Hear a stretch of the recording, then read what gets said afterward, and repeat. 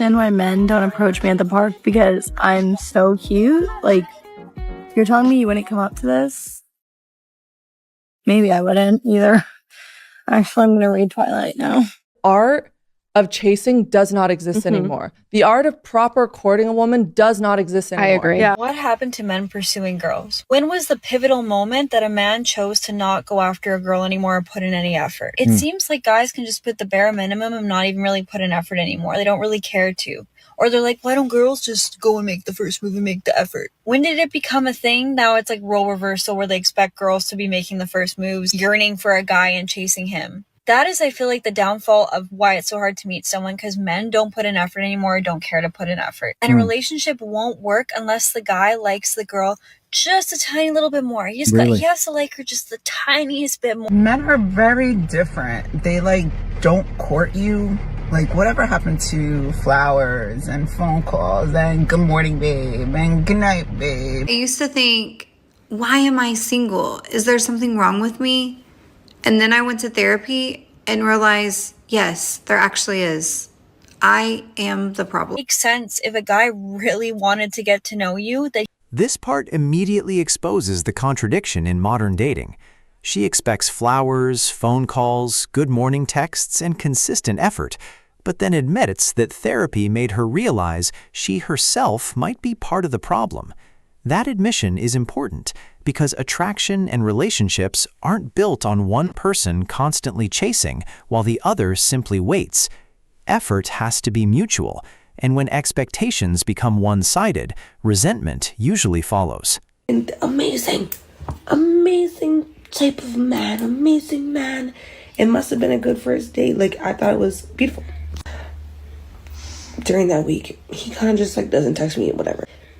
2 weeks later, he sends me a voice note kind of telling me what he was up to. And I was kind of okay, I'm going to give him a second chance and see, let him, okay, you were busy. Yeah, it's fine. Don't worry, babe.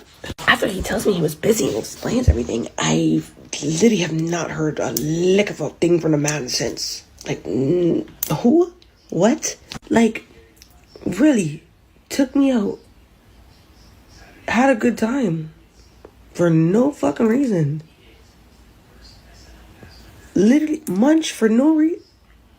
I don't understand. It's hurting my brain to this day because I just don't understand it. I don't understand it. So the problem that men are having with women is that there are women who are 6s and they're trying to land men who are 10s. And so you have this huge population of women going for this teeny tiny population of men.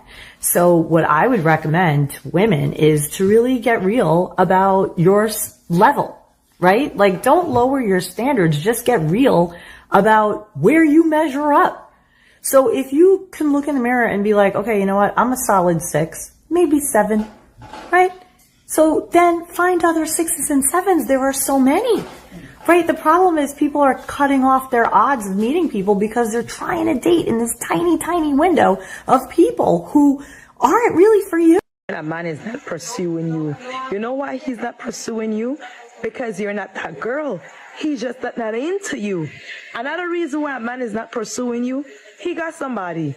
He probably met you and thought you was an easy lay, and he's just not into you. Maybe he slept with you already, or he already did, or he didn't sleep with you, but it's not worth the risk. Here comes the uncomfortable reality that many people don't want to hear.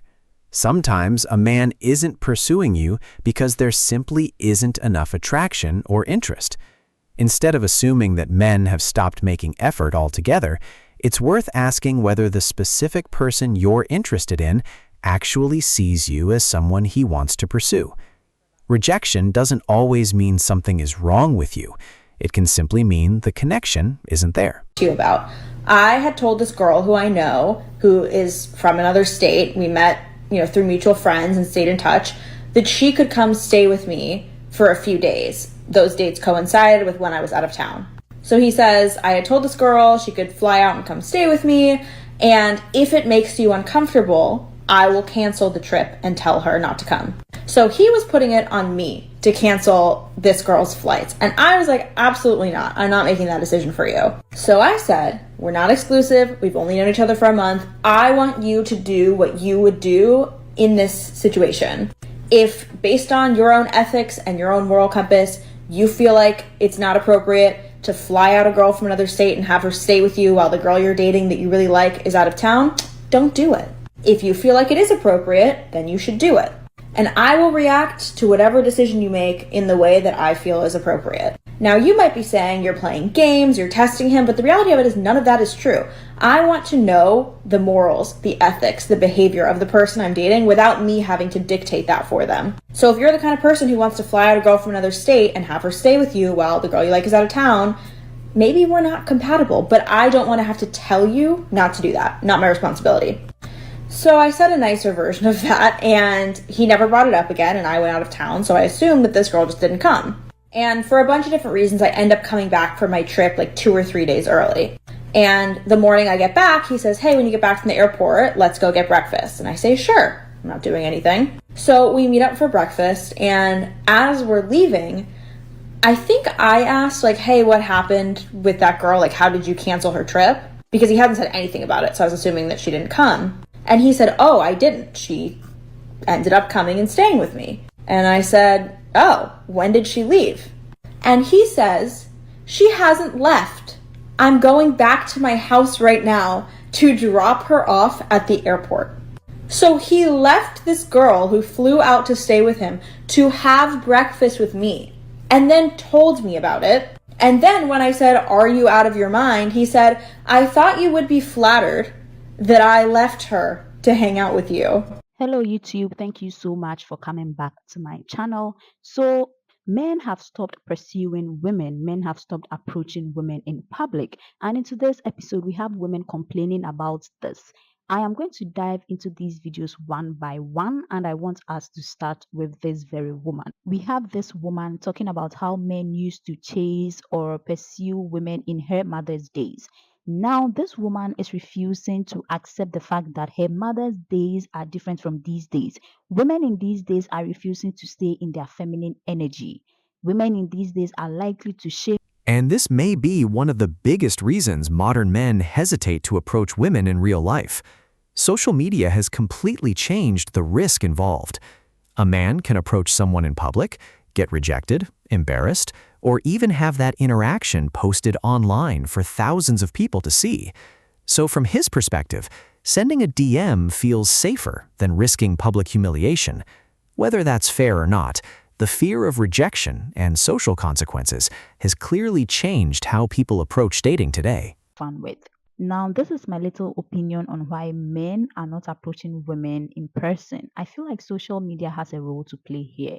Lots of women are available to men on lots of social media platforms. So men are not even ready to risk approaching you in public because there is a high chance that you are going to snub him or embarrass him. He would rather do it in your DMs. And even with the DMs, some women screenshot the rejection and post it on their story so that everyone will know that she has rejected a guy. That is how crazy this generation has become. And now somehow we want to blame men for this. That is crazy. Let me know your opinions in the comment section.